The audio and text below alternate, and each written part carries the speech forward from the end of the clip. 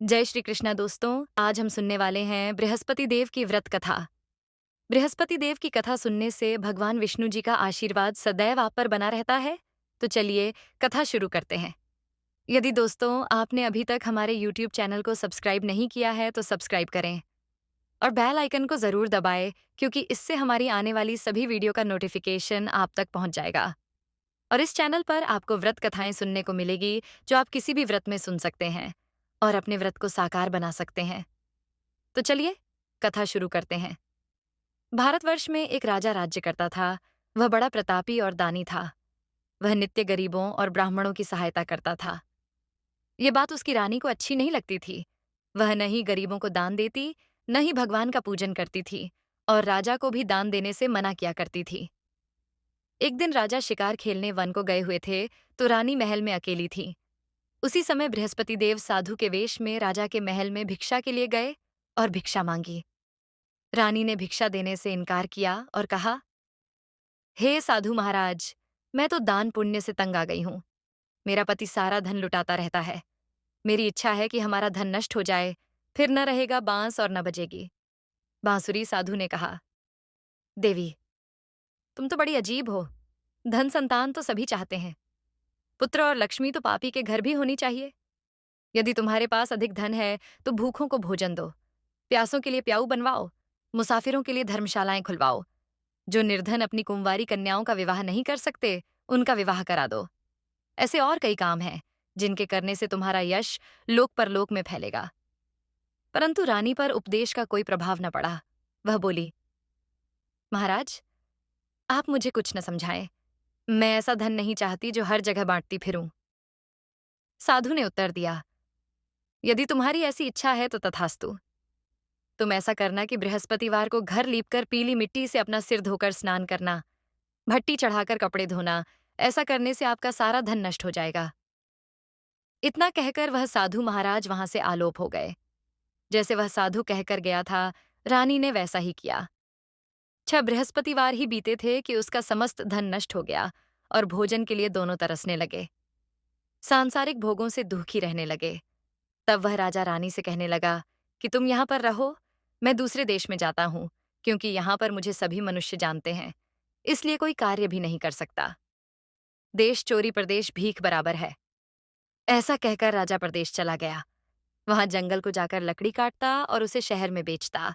इस तरह वह जीवन व्यतीत करने लगा। एक दिन दुखी होकर जंगल में एक पेड़ के नीचे निश्चित रूप से आसन जमाकर बैठ गया। वह अपनी दशा को याद करके व्याकुल होने लगा। बृहस्पतिवार का दिन था। एकाएक उसने देखा कि निर्जन वन में एक साधु प्रकट हुआ। वह साधु भेष में स्वयं बृहस्पति देवता थे। लकड़हारे के सामने आकर बोले, हे लकड़हारे, इस सुनसान जंगल में तू चिंतामग्न क्यों बैठा है? लकड़हारे ने दोनों हाथ जोड़कर प्रणाम किया और उत्तर दिया, महात्मा जी, आप सब कुछ जानते हैं, मैं क्या कहूं? यह कहकर वह रोने लगा और साधु को आत्मकथा सुनाई। महात्मा जी ने कहा, तुम्हारी स्त्री ने बृहस्पति के दिन वीर भगवान का निरादर किया है, जिसके कारण रुष्ट होकर तुम्हारी यह दशा कर दी गई है।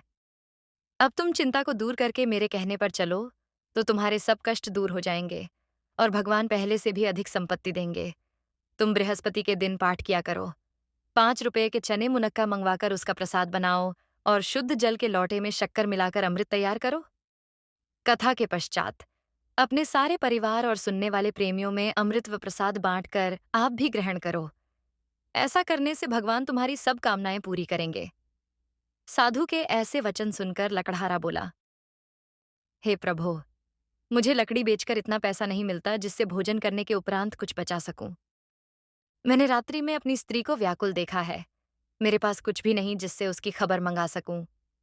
साधु ने कहा, हे लकड़हारे, तुम किसी बात की चिंता मत करो। बृहस्पति के दिन तुम रोजाना की तरह लकड़ियां लेकर शहर को जाओ।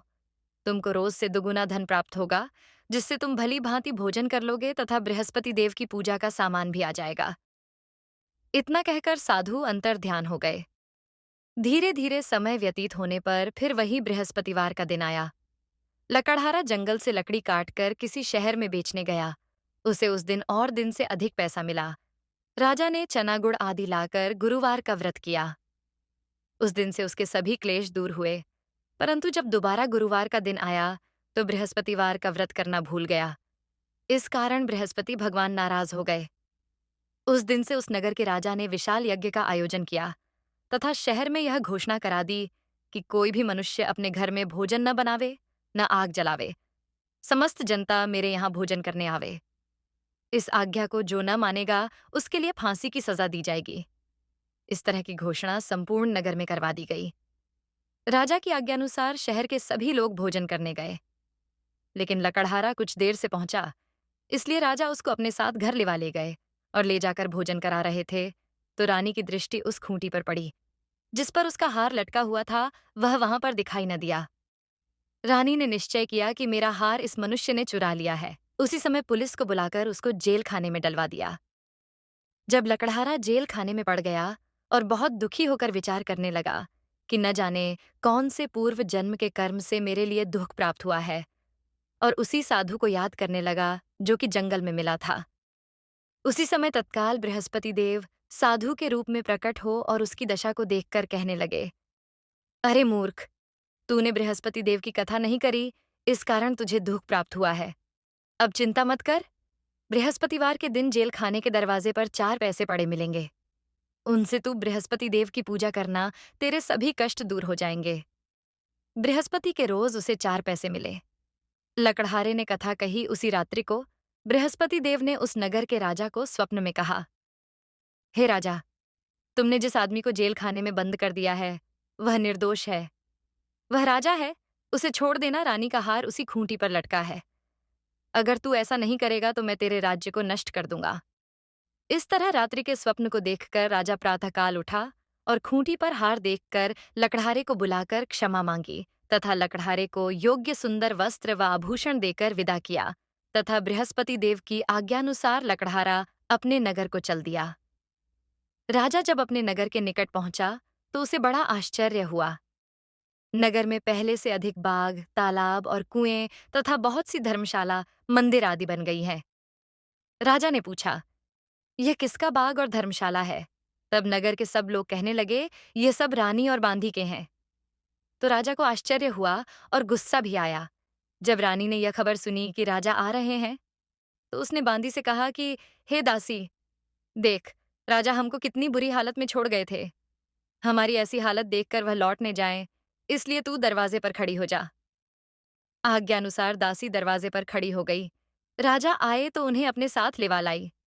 तब उन्होंने कहा, हमें यह सब धन बृहस्पति देव के इस व्रत के प्रभाव से प्राप्त हुआ है। राजा ने निश्चय किया कि 7 रोज बाद तो सभी बृहस्पति देव का पूजन करते हैं, परंतु रोजाना दिन में 3 बार कहानी कहा करूंगा, रोज व्रत किया करूंगा। अब हर समय राजा के दुपट्टे में चने की दाल बंधी रहती तथा दिन में 3 बार कहानी कहता। एक रोज राजा ने विचार किया कि चलो अपनी बहन के यहाँ हो आवें।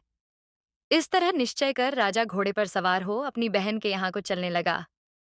मार्ग में उसने देखा कि कुछ आदमी एक मुर्दे को लिए जा रहे हैं। उन्हें रोककर राजा कहने लगा, अरे भाइयों, मेरी बृहस्पति देव की कहानी सुन लो।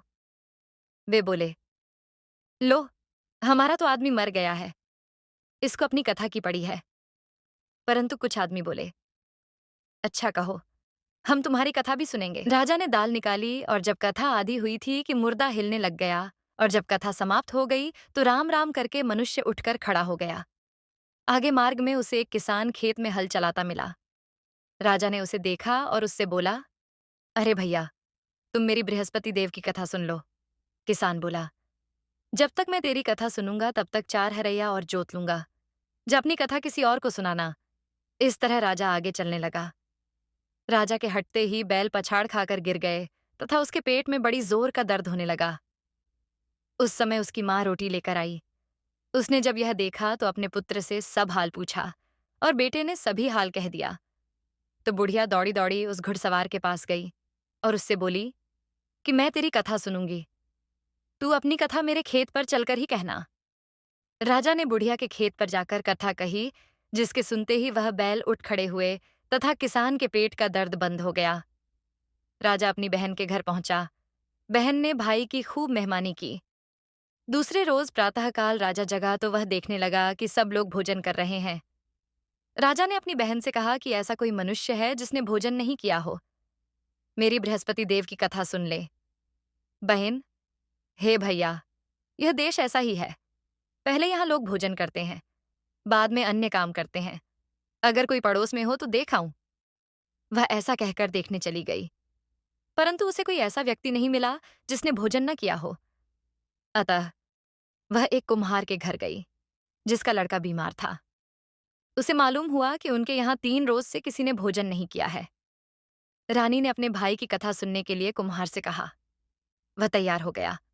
राजा ने जाकर बृहस्पतिवार की कथा कही, जिसको सुनकर उसका लड़का ठीक हो गया। अब तो राजा की प्रशंसा होने लगी। एक रोज राजा ने बहन से कहा कि हे बहन, हम अपने घर को जाएंगे, तुम भी तैयार हो जाओ। राजा की बहन ने अपनी सास से कहा।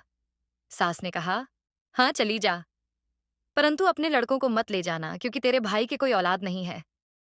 बहन ने अपने भाई से कहा, हे भैया, मैं तो चलूंगी, परंतु कोई बालक नहीं जाएगा। राजा बोला, जब कोई बालक नहीं चलेगा तब तुम क्या करोगी? बड़े दुखी मन से राजा अपने नगर को लौट आया। राजा ने अपनी रानी से कहा, हम निर्वंशी राजा हैं, हमारा मुंह देखने का धर्म नहीं है और कुछ भोजन आदि नहीं किया। रानी बोली, हे प्रभु, बृहस्पति देव ने हमें सब कुछ दिया है, हमें औलाद अवश्य देंगे। उसी रात को बृहस्पति देव ने राजा से स्वप्न में कहा, हे राजा, उठ, सभी सोच त्याग दे, तेरी रानी गर्भ से है। राजा की यह बात सुनकर बड़ी खुशी हुई। 9वें महीने में उसके गर्भ से एक सुंदर पुत्र पैदा हुआ। तब राजा बोला, हे रानी, स्त्री बिना भोजन के रह सकती है, बिना कहे नहीं रह सकती। जब मेरी बहन आवे तो मुझसे कुछ कहना मत। रानी ने सुनकर हाँ कर दिया। जब राजा की बहन ने यह शुभ समाचार सुना तो वह बहुत खुश हुई तथा बधाई लेकर अपने भाई के यहाँ आई। तभी रानी ने कहा कि घोड़ा चढ़कर तो नहीं आई, गधा चढ़ी आई। राजा की बहन बोली, भाभी, मैं इस प्रकार न कहती, तो तुम्हें औलाद कैसे मिलती? बृहस्पति देव ऐसे ही हैं, जैसी जिसके मन में कामनाएं हैं, सभी को पूर्ण करते हैं। जो सद्भावना पूर्वक बृहस्पतिवार का व्रत करता है एवं कथा पढ़ता है अथवा सुनता है, बृहस्पति देव उसकी मनोकामना पूर्ण करते हैं। भगवान बृहस्पति देव उसकी सदैव रक्षा करते हैं। संसार में सद्भावना से भगवान जी का पूजन व्रत करके सच्चे हृदय से उसका मनन करते हुए जयकारा बोलना चाहिए। तो इसी प्रकार बृहस्पति देव की कथा संपूर्ण हुई। यदि कथा अच्छी लगी हो तो वीडियो को लाइक करो और ऐसी ही कथा सुनने के लिए हमारे YouTube चैनल को सब्सक्राइब करें।